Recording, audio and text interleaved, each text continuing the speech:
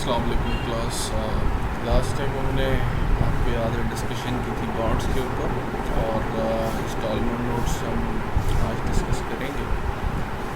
ये भी मिलते जुलते ही हैं बॉन्ड के साथ। जैसे अगर आपने बॉन्ड्स के हवाले से डिस्कशन की और आपने उसको अंडरस्टैंड किया और उसमें आपने ये देखा था कि हम जनरल एंट्रीज कैसे रिकॉर्ड करते हैं, बिल्कुल इसी तरह इंस्टॉलमेंट नोट्स जो हैं इनमें भी कैलकुलेशंस इन्वॉल्व होंगी और कुछ जर्नल एंट्रीज़ हैं जो कि हम उसमें डिस्कस करेंगे। तो इंस्टॉलमेंट नोट्स में सबसे पहले तो अगर हम बात करें नोट्स की, नोट्स हम पहले भी पढ़ चुके हैं। कुछ लेक्चर्स पहले भी हमने इसको डिस्कस किया था। लास्ट सेमेस्टर में भी आपने इसको डिस्कस किया हुआ है। लॉन्ग टर्म नोट्स पेबल क्या होते हैं, यानी ऐसे नोट्स पेबल हैं जो एक ख़ास अरसे के बाद आपने जो है वो अदा करने होते हैं। अब ये अरसा 5 साल का हो सकता है, 3 साल का हो सकता है, 7 साल, 10 साल, डिपेंड करता है कि जो इशूअर ऑफ द नोट्स है वो उसको जो है वो कितने अरसे के लिए जो है वो नोट पेबल को डिज़ाइन करता है। तो अब होता ही है कि नॉर्मली इस बात को समझने के लिए कि नॉर्मली एक बिज़नेस जो कि कंपनी है वो लेंडर से, अब लेंडर कौन हो सकता है, बैंक भी हो सकता है, कोई और फाइनेंशियल इंस्टीट्यूशन भी हो सकता है। तो कंपनी को पैसे रिक्वायर होते हैं बिज़नेस ऑपरेशंस को चलाने के लिए, ये एक्सपेंड करने के लिए।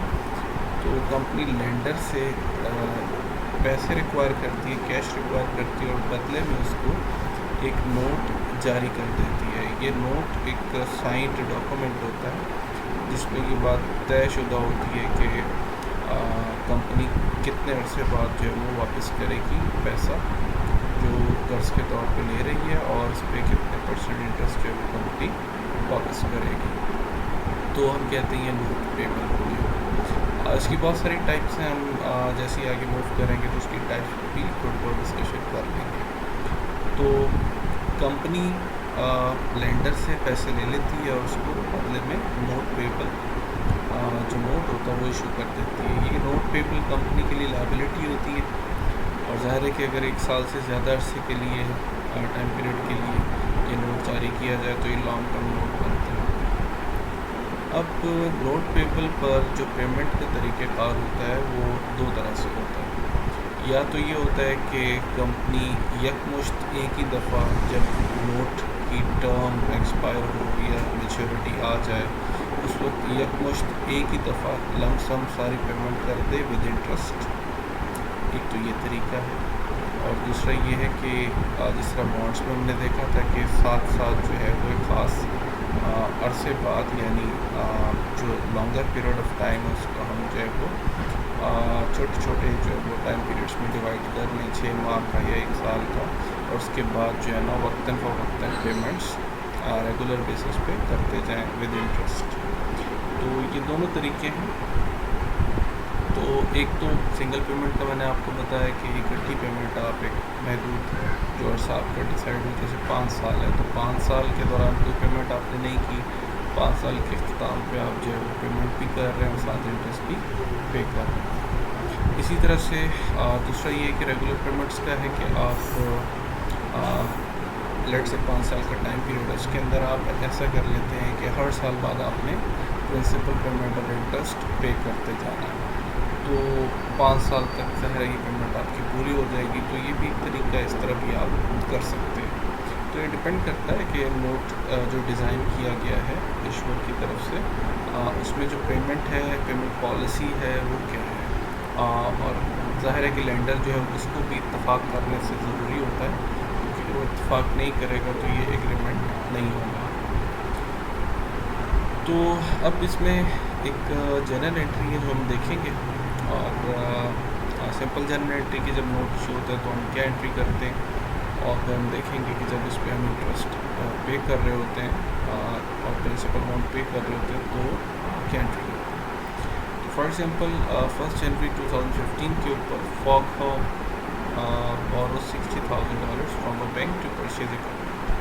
एक कंपनी फॉग इन्होंने बोरो किया है $60,000 और बैंक से इन्होंने बोरो किया एक इक्विपमेंट ख़रीदने के लिए। अब ज़ाहिर है कि $60,000 की अमाउंट है, ये कर्ज़े पे ली गई है तो कैश तो कंपनी के पास आ रहा है। It signs an 8% installment note requiring 6 annual payments of principal plus interest. अब इन्होंने साइन किए 8% इंस्टॉलमेंट नोट। इंस्टॉलमेंट नोट से मुराद है कि इसकी जो पेमेंट है नोट पेबल की यकमुश्त नहीं होगी बल्कि इंस्टॉलमेंट्स में पे किया जाएगा। और यहाँ पे उसने बताया कि आपको कि 6 एनुअल पेमेंट्स होंगी यानी 6 इंस्टॉलमेंट्स इसकी बनेंगी।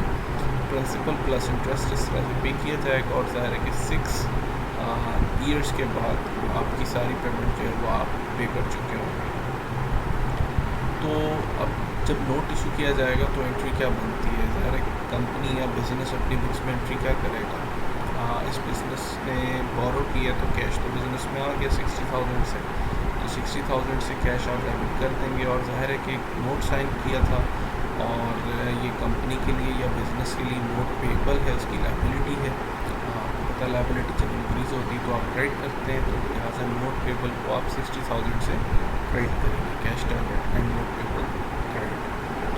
अब इसमें एक और चीज़ भी है कि आपको ये पता होना चाहिए कि ज़ाहिर है कि जब आपने ये डिसाइड किया कि हम 8% इंटरेस्ट भी देंगे और 6 एनुअल पेमेंट्स में हम इस $60,000 की अमाउंट को पे करेंगे। अब ज़ाहिर है कि $60,000 में जब इंटरेस्ट शामिल होगा तो ये $60,000 तो टोटल नहीं रहेगा।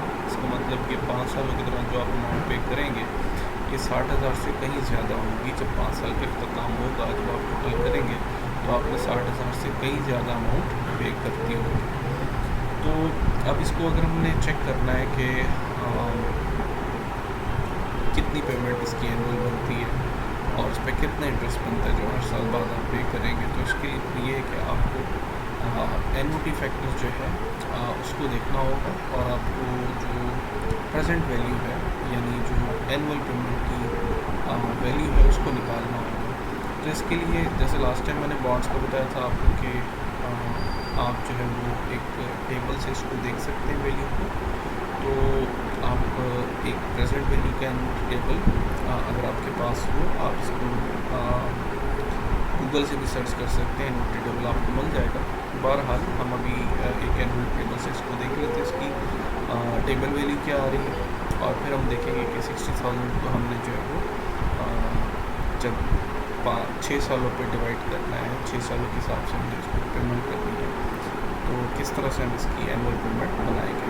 तो उसका तरीका ये है कि जो प्रेजेंट वैल्यू आपके पास है $60,000 की जो कि आपने लोन लिया है, इसको आप टेबल वैल्यू जो भी आएगी उस पर डिवाइड कर दें, तो जो आंसर आएगा ये आपकी एनुअल पेमेंट होगी जो कि आप कर रहे हैं। और ज़ाहिर है कि एनुअल पेमेंट से मुराद है कि इसमें प्रिंसिपल अमाउंट भी शामिल होगी, इसमें इंटरेस्ट भी शामिल होगा। जैसे आपके सामने ये लिखा आ रहा है कैलकुलेशन में टेबल वैल्यू 4.6229 है, प्रेजेंट वैल्यू 60,000 है और पेमेंट एनुअल जो आप कर रहे हैं 12,978 तो 79।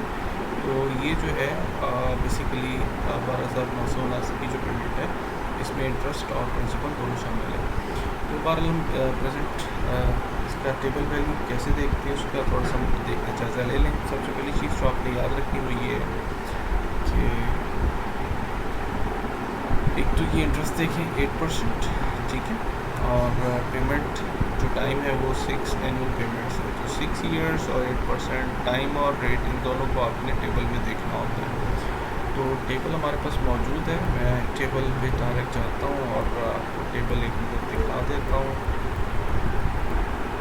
ये टेबल देखिएगा, तो इसमें अब हमने देखना है कि rate is 8%, so this is rate 8% and period और टाइम पीरियड वो था 6 ईयर्स, तो 6 ये है, ठीक है, और रेट ये है 8%, तो 6 और 8 और यहाँ पे देखें ये वैल्यू बनती है, ये वैल्यू। सो अब आप देखें 8% रेट के ऊपर टाइम पीरियड 6 और 6 साल और 8% रेट, तो देखिए वैल्यू क्या आ रही है 4.6229।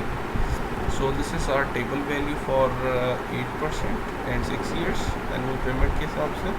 तो 4.6229 जो है ये हमारी टेबल वैल्यू है।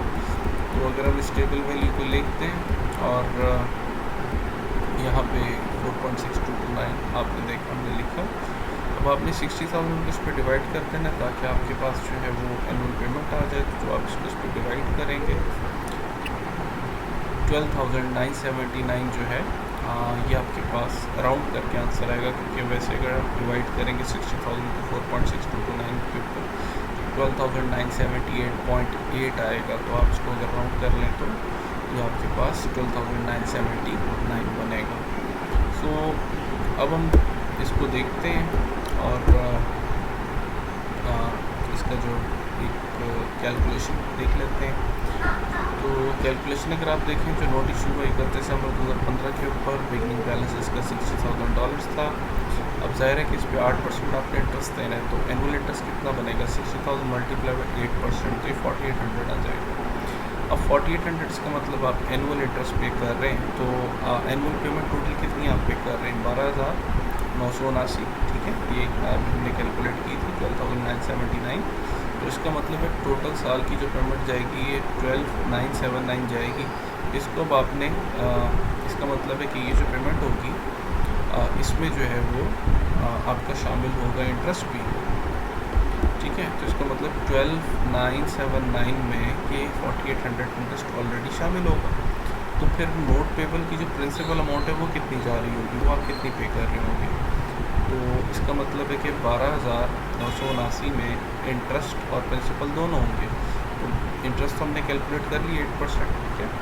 तो 12,979 में से 4800 माइनस करें तो 8179। तो इसका मतलब है ये असल में आपकी प्रिंसिपल अमाउंट है, असल कर्जे की रकम है जो आप लौटा रहे हैं लेंडर को, 8179, ठीक है। क्योंकि पेमेंट तो ये रहेगी आपकी 12,797, हर साल आपने ही पेमेंट करनी है। तो इसका मतलब प्रिंसिपल अमाउंट जो नोट पेबल की है वो 8179 है। और ये कैसे आई है, 12,979 में से 4800 माइनस करके। तो अब आउटस्टैंडिंग अमाउंट कर्जे की कितनी रह गई, क्योंकि इंटरेस्ट तो आपने देना ही देना होता है, इसका तो आउटस्टैंडिंग अमाउंट से ताल्लुक़ नहीं बनेगा। जो एक्चुअल आपने पे किया प्रिंसिपल अमाउंट कर्जे की 60,000 में से वो ये है 8179। तो आउटस्टैंडिंग रिमेनिंग बैलेंस कितना रह गया साल बाद, 60,000 में से 8179 को माइनस कर दें तो 51,821 आपके पास आउटस्टैंडिंग बैलेंस रह गया। और यही बैलेंस देखिए नेक्स्ट ईयर में यहाँ पे हम लिखेंगे 2016 में। ज़ाहिर है कि जब आप दोबारा पेमेंट कर रहे होंगे तो 2016 में वंस अगेन पेमेंट तो 12,979 की होगी हर साल। तो अब इंटरेस्ट निकालना, जो इंटरेस्ट हमेशा आउटस्टैंडिंग बैलेंस पे निकलता है। आउटस्टैंडिंग बैलेंस था, जो रिमेनिंग कर्जे की अमाउंट थी वो रह गई थी 51,821। तो 51,821 इसका 8% आप ले लें तो ये आ जाएगा 4146। So this is interest. And once again 12,979 में से 4146 माइनस करें तो 8833, ये आपकी प्रिंसिपल अमाउंट है नोट्स पेबल की जो आप पे कर रहे हैं। तो अब आउटस्टैंडिंग बैलेंस अगर निकालना है तो कैसे निकालेंगे, 51,821 माइनस 8833, तो ये 42988 आपके पास वैल्यू रह जाएगी। तो इसी तरीके पर ये सारी आप देखें यहाँ तक की पेमेंट्स हुई हैं, और at the end of 6 years आपका जो एंडिंग बैलेंस है वो 0 रह जाएगा, ठीक है। सो ये आपके पास अगर इसके बाद आप इसको कंप्यूट करें, जो टोटल 6 साल आपने पेमेंट्स की हैं, ये देखें क्योंकि इसमें इंटरेस्ट भी शामिल है, 77,874 ये टोटल आपके पास अमाउंट है जो आप एक्चुअल में पे कर चुके हैं 60,000 के ईयर्स। और इनकी अमाउंट्स को ऐड करेंगे तो जो आपने प्रिंसिपल अमाउंट्स कैलकुलेट की हैं इनको ऐड करेंगे तो 60,000 ही आ जाएगा। और जो इंटरेस्ट एक्सपेंस है, इंटरेस्ट एक्सपेंस को टोटल कर लें तो 17,874 ये आपने टोटल 6 साल में इंटरेस्ट पे किया है। आप इसको भी चेक कर सकते हैं कि 60,000 प्लस 17,874, तो ये देखें दोबारा 77,874 टोटल अमाउंट है जो आपने पे की होगी, राइट। तो इसमें अब आपने एंट्रीज पास करनी है। एंट्रीज आपने जो पास करनी है वो क्या है, इसमें सबसे पहले अगर आप देखें तो दिसंबर 31 इसके ऊपर हमने एंट्री पास करनी है। तो इसमें जो एंट्री आपकी बनती है ज़ाहिर है क्योंकि वो तारीख है 2015 31 दिसंबर जिस पे आपने नोट इशू किया था, और ज़ाहिर है कि इस पर आपकी पेमेंट भी होगी, पहली पेमेंट होगी 31 दिसंबर 2015। नोट इशू हुआ था 2015 में जनवरी में, तो साल बाद ज़ाहिर है कि आपको पेमेंट करनी है। तो आपको पता है कि पेमेंट जब आप करेंगे तो हमने कैलकुलेट किया कि एक ही अमाउंट है 12,979, ये आपने हर साल के एंड में पे करनी है। तो इसका मतलब कंपनी कैश कितना जाएगा कंपनी के पास से 12,979। और आपको पता है इसमें से जो टेबल हमने भी ड्रॉ किया था उसमें जो इंटरेस्ट था वो 4800 था और 8179 आपकी प्रिंसिपल अमाउंट थी। इसका मतलब इंटरेस्ट को आप डेबिट करेंगे 4800 से और नोट्स पेबल आप डेबिट करेंगे 8179 से, क्योंकि नोट्स पेबल आपकी लाइबिलिटी थी 60,000 से। तो 60,000 से जो लाइबिलिटी थी उसमें से आप जो पोर्शन पे कर रहे हैं प्रिंसिपल अमाउंट को वो 8179 है, तो आप उसको डेबिट करेंगे। ठीक है, तो ये पहली इंस्टॉलमेंट पे करने की एंट्री। इसी तरह 2016 31 नवंबर पर दूसरी इंस्टॉलमेंट पे करने की एंट्री बनेगी और उसमें आपको पता है एनुअल पेमेंट का 12979 ही रहेगी। टेबल से आप देख लें जो इंटरेस्ट बनता है वो 4146 है और प्रिंसिपल अमाउंट नोट्स पेबल की जो लाइबिलिटी राइट ऑफ आपकी होगी 8833 होगी। तो इसका मतलब इसी तरह से 6 सालों तक आपने एंट्रीज पास करनी है और ये जो वैल्यूज़ हैं ये आप टेबल से देखते जाएंगे। कैश में कुछ चेंजिंग नहीं आएगी क्योंकि कैश पेमेंट तो आप हर साल के एंड पे सेम ही कर रहे हैं, सिर्फ ये इंटरेस्ट अमाउंट और नोट्स पेबल की जो प्रिंसिपल अमाउंट है इसमें तब्दीली आती जाएगी। तो इस तरह से आप इसकी एंट्रीज पास करेंगे। और मॉर्गेज नोट्स और बॉन्ड्स पर थोड़ी सी बात कर लेते हैं। मॉर्गेज बेसिकली क्या होता है, मॉर्गेज कहते हैं गिरवी को। तो गिरवी वाला मामला आपको पता है कि इसमें क्या होता है कि हम गिरवी वाले मामले में आपको पता है कि हम जब डिस्कशन करते हैं तो इस डिस्कशन में हम क्या कहते हैं कि जब जैसे कि आमतौर पे घरों के मामलों में ये गिरवी का कॉन्सेप्ट होता है कि आपको अगर कर्ज़ा चाहिए तो आप जो है वो घर हवाले कर देते हैं उस शख्स के जिसने आपको कर्ज़ा दिया होता है और एक मखसूस मुद्दत के लिए उसके हवाले किया जाता है और ये बतौर एक तरह का सिक्योर्ड जो है वो लोन होता है। अगर मिसाल के तौर पे अगर आपने कर्ज़ा लिया आप वापस नहीं कर सकेंगे तो जो लेंडर है वो आपके घर को बेचकर अपनी रकम हासिल कर सकता है। तो ये एक तरह का सिक्योर्ड लोन होता है, एक लीगल एग्रीमेंट होता है और इसका मकसद सिर्फ जो लेंडर है जिसने पैसे दिए होते हैं उसको प्रोटेक्ट करना इसका मकसद होता है।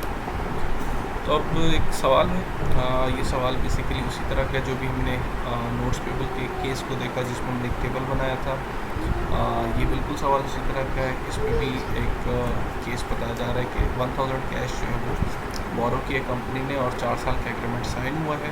5% इंस्टॉलमेंट नोट है, यानी इंस्टॉलमेंट नोट का मतलब है कि वंस अगेन आपने जो नोट पेबल की जो पेमेंट्स करनी है इंस्टॉलमेंट्स में आपने करनी है। तो 4 ईयर इसका टाइम, इसका मतलब 4 इंस्टॉलमेंट्स बनेंगी, 5% इस पर इंटरेस्ट रेट है। तो वंस अगेन आपने पहले इसको टेबल से देख लेना है कि 4 साल का टाइम पीरियड है और रेट इसका 5% है। तो अगर हम इसको यहाँ पे चेक करें तो इसने पूछा है कि आप हमें बताएं कि टोटल 4 इक्वल पेमेंट्स कितनी होंगी। ठीक है, सो इक्वल पेमेंट्स जो हैं ये हम अभी कैलकुलेट कर लेते हैं। तो हम एन्युटी टेबल जो है इससे हम देखते हैं और इसकी वैल्यू जो है वो कितनी टोटल एनुअल पेमेंट कितनी बनेगी। उसके लिए आपको पता है कि आप पहले 4 ईयर और 5% जो है इसको टेबल में देखेंगे और जो भी यहाँ से एन्युटी फैक्टर आ रहा होगा उसको आपने डिवाइड करना है, उसको उससे डिवाइड करवाना है 1000। ठीक है, सो अब यहाँ पे देखें सिंपली 1000 की पेमेंट है, इसको हमने डिवाइड करवाना है जो भी प्रेजेंट वैल्यू एन्युटी में आ रही होगी फैक्टर में।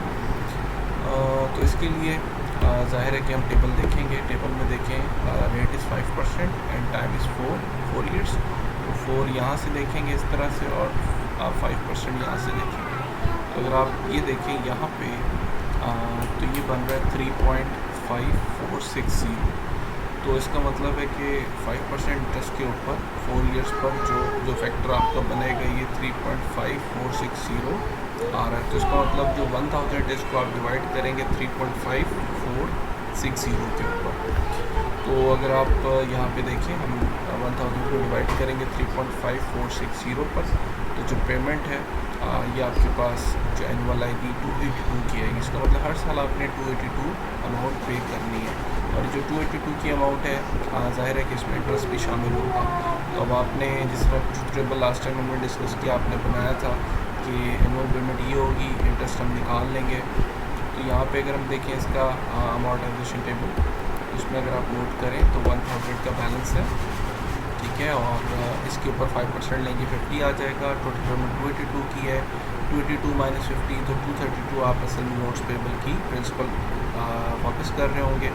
और एंडिंग बैलेंस अगर आपने देखना है तो 1000 में से 232 माइनस कर दें 768। तो इसी मुनासिबत से 768 यहाँ पे आ जाएगा नेक्स्ट ईयर के लिए। इसके ऊपर 5% इंटरेस्ट लेंगे और इसी तरह से 282 माइनस 38 करेंगे 244 आएगा। तो ये उसी तरह से टेबल आपने बनाना है जैसे अभी हमने डिस्कस किया था। और फाइनली जो टोटल आप इसका कर सकते हैं 1128, इसका मतलब 128 आपने इसके ऊपर 4 सालों में इंटरेस्ट पे किया होगा। सो इसकी अगर जनरल एंट्री हम देखें तो आपको पता है पहली जनरल एंट्री तो वो होगी जो आपने नोट इशू किया है और कर्जा लिया है, तो कैश 100,000 से नोट्स बिल क्रेडिट। अब इसकी इंटरेस्ट पे करने वाली एंट्री जो साल की एंट्री होगी, साल के शुरू में नोट इशू हुआ, साल की एंट्री पहले इंटरेस्ट की एंट्री। तो इंटरेस्ट एक्सपेंस आपको पता है 50 आया था, टेबल से देख लें। नोट्स पेबल की जो प्रिंसिपल अब वापस करें टेबल से पहले साल की ये देखें 232, ठीक है। और कैश जो आप दे रहे हैं वो हमने कैलकुलेट किया है कि 4 सालों में सेम अमाउंट ही दी जाएगी 282। पहले साल की एंट्री होगी, दूसरे साल की एंट्री होगी, ये भी वैल्यूज़ आपने टेबल से देखनी है, ठीक है। और इसके बाद जो है तीसरे साल की एंट्री बन गई और फोर्थ ईयर सेम वही एंट्री, सिर्फ अमाउंट्स चेंज है। और ये राउंडेड का मतलब है कि एग्जैक्ट 14 नहीं आ रहा होगा, 13 पॉइंट समथिंग होगा, तो हम इसको 14 करके यहाँ पे ज़ीरो बैलेंस नेट कर देंगे। 4 साल का ही हमारा बेसिकली ये मुआहदा था और उसके बाद ये ख़त्म हो गया। तो ये एंट्रीज़ ये अमाउंट्स आप सारी टेबल से उठाएंगे। एंट्रीज देखिए सेम रहेंगे इंटरेस्ट पे करने के हर साल के एंड के ऊपर। 4 एंट्रीज आपने पास करनी, क्योंकि 4 साल हमने डिसाइड किया था इंस्टॉलमेंट नोट्स का पहले एंट्री इशू करने की, और बाकी जो 4 हैं वो आपकी पेमेंट की है, जो आप एनुअल पेमेंट कर रहे हैं विद इंटरेस्ट एंड प्रिंसिपल। अब इसमें कुछ फीचर्स के ऊपर बात कर लेते हैं बॉन्ड्स के और नोट्स के। सिक्योर्ड एंड अनसिक्योर्ड ये 2 तरह के बॉन्ड्स होते हैं, नोट्स होते हैं। सिक्योर्ड बॉन्ड वो होता है जिसके अगेंस्ट आपने कोई कोलेटरल सिक्योरिटी रखवाई होती है, जैसे मैंने अभी नोट की इसकी बात की थी, उसमें आप सिक्योरिटी प्लस करवा देते हैं, जैसे मकान की रजिस्ट्री वगैरह है, दुकान की रजिस्ट्री वगैरह वो करवा देते हैं। अनसिक्योर्ड इससे मुराद होता है कि जैसे नॉर्मल डिबेंचर्स हैं या नॉर्मल ऐसे नोट्स हैं जिनके एवज़ आपने जो है वो कोई सिक्योरिटी नहीं रखवाई होती, बल्कि उनकी जो रेटिंग है, बॉन्ड रेटिंग है, उस बेस पे जो कंपनीज़ हैं वो सिक्योर्ड अनसिक्योर्ड जो बॉन्ड्स हैं वो इशू करती हैं, ठीक है। सो इसमें ये है कि अनसिक्योर्ड जो होता है ज़ाहिर है कि थोड़ा सा डेंजरस होता है। डेंजरस इसलिए होता है कि इसके अगेंस्ट जो है वो कोई सिक्योरिटी नहीं होती है, और अगर कंपनी डिफ़ॉल्ट कर जाए या जो इशूअर है वो डिफ़ॉल्ट कर जाए तो जो लेंडर होता है उसको जो है वो किसी तौर पे भी पैसे वापस नहीं मिल पाते। ज़ाहिर है कि उसके पास कोई सबूत नहीं होता, कोई उसके पास जो है ना कोई कोलेटरल सिक्योरिटी नहीं होती जिसको बेच के पैसे हासिल किए जा सके।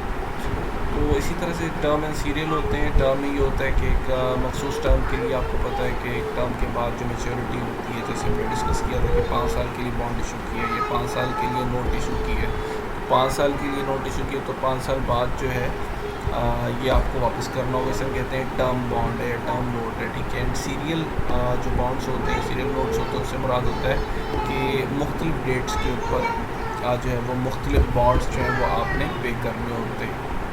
तो सीरियल में ये है कि आप जो है वो डिफरेंट जो है वो बॉन्ड्स इशू कर देते हैं डिफरेंट टाइम पीरियड्स के। जैसे फॉर एग्जांपल अगर एक इशूअर है उसने लेंडर से $10,000 का कर्जा लिया है और वो $10,000 का एक बॉन्ड साइन नहीं करता, बल्कि $10,000 के 3 बॉन्ड साइन कर देता है, 3,000 के और एक 4,000 का।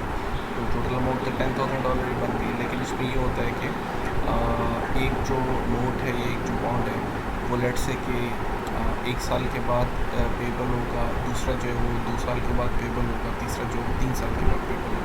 इसका मतलब जैसे ही फर्स्ट बॉन्ड पे करेंगे साल बाद $3,000 का, तो मेच्योरिटी उसकी आ गई है 1 साल बाद।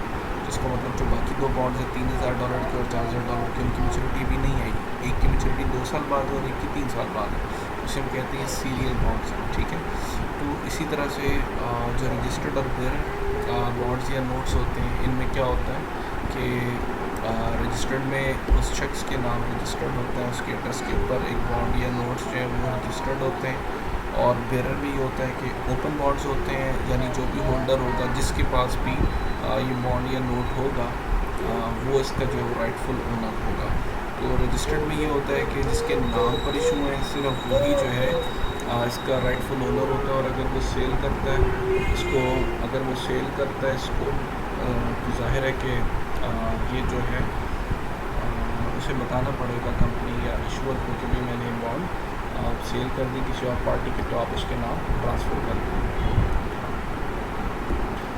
कन्वर्टेबल और कॉलेबल जो है बॉन्ड्स, ये नोट्स में ये होता है कि ये ऐसे बॉन्ड्स होते हैं जो कन्वर्ट हो सकते हैं इनटू स्टॉक्स और शेयर्स, यानी जो इशूर होता है उसने एक राइट दिया होता है, एक ऑप्शन दी होती है जो लेंडर होता है उसको कि भाई आप के पास जो बॉन्ड्स हैं अगर आप चाहें तो उसको आप एक मखसूस अरसे के बाद अपनी इस ऑप्शन को एक्सरसाइज करके इसको कन्वर्ट कर सकते हैं इनटू स्टॉक्स और शेयर्स ऑफ द कंपनी, ठीक है। तो इन्हें हम कहते हैं कन्वर्टेबल बॉन्ड्स। सो ये इसकी कुछ टाइप्स हैं, आप इसको बुक्स रीड करेंगे अगर उसमें कोई मसला होगा तो आप मुझसे डिस्कस कर लें। तो अब एक कैलकुलेशन है डेट टू इक्विटी रेशो की, बेसिक कैलकुलेशन है, आपने अर्ली क्लासेस में इसको पढ़ा होगा डेट टू इक्विटी रेशो क्या होती है।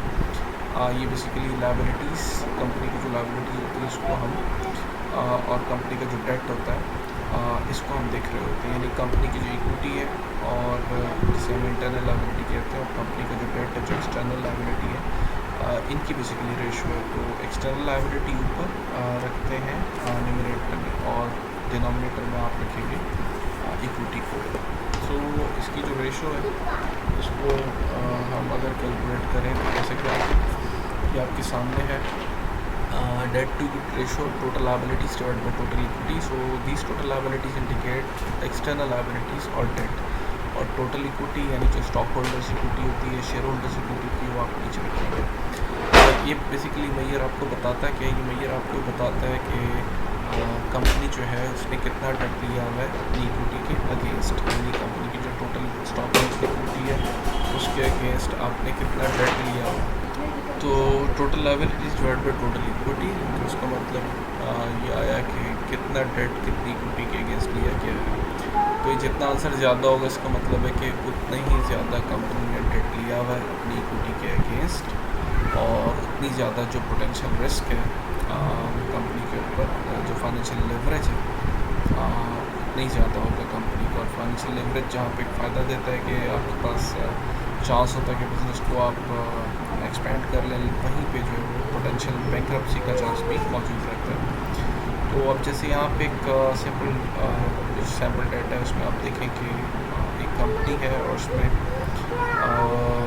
एक इंडस्ट्री है लेट से एक पर्टिकुलर, और उसमें जो डेट टू इक्विटी रेशो है उसका बताया जा रहा है जैसे 2010 से 2013 में। तो अगर आप नोट करें 2010 से 2013 में बतदरीज ये जो डेट टू इक्विटी रेशो बढ़ रही है, इसका मतलब है कि फाइनेंशियल लेवरेज भी बढ़ रही कंपनी की, और ये जितनी ज़्यादा होती जाएगी उतनी ज़्यादा जो है ना ये आपका पोटेंशियल बैंक्रप्सी के चांस बढ़ते जाएंगे।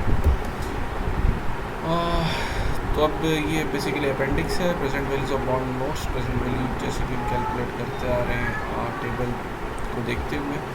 तो उस हवाले से ये आपको सिर्फ एक तरह से आप इसको रीड कर सकते हैं कि आपके टेबल्स कैसे देखना है। जैसे यहाँ पे जो भी डिफरेंट टेबल्स होते हैं, तो यहाँ पे ये टेबल है जस्ट अपेंडिक्स में आपको बनाना है, तो ये बनाया गया है कि इसमें आपने टेबल को रीड कैसे करना है, एक पर्टिकुलर इंटरेस्ट रेट और जो टाइम पीरियड इन ईयर्स है उसके मुताबिक। तो इसको भी आप देख सकते हैं, और इसमें याद रहे कि जो प्रेजेंट वैल्यू का टेबल है एनुटी का अलग होता है, फ्यूचर वैल्यू का एनुटी टेबल अलग होता है। तो अगर आप प्रेजेंट वैल्यू निकालने जा रहे हैं तो फिर आप प्रेजेंट वैल्यू ऑफ एनुटी के टेबल से देखेंगे। फ्यूचर वैल्यू अगर आप कैलकुलेट करना चाहते हैं तो आप फ्यूचर वैल्यू वाले टेबल को यूज़ करेंगे। तो एक्सेल के ऊपर भी आप इसको बना सकते हैं, जो भी हमने अमाउंट टेबल बनाया था, और एक्सेल पे भी आप इसको बना के इजीली जो है वो कैलकुलेट कर सकते हैं। आसान होता है उस पर बनाना, टाइम आपका सेव हो जाएगा। तो आज का हमारा लेक्चर इंस्टॉलमेंट नोट्स के ऊपर था। उसको हमने देखा कि हम कैसे इसकी जनरलिटीज़ करते हैं और कैसे जो है वो इसको रिकॉर्ड करते हैं। इसको आपने प्रैक्टिस करना है, और इसमें अगर कोई मुश्किल आपको आती है, कोई प्रॉब्लम आती है तो आप मुझसे डिस्कस करें।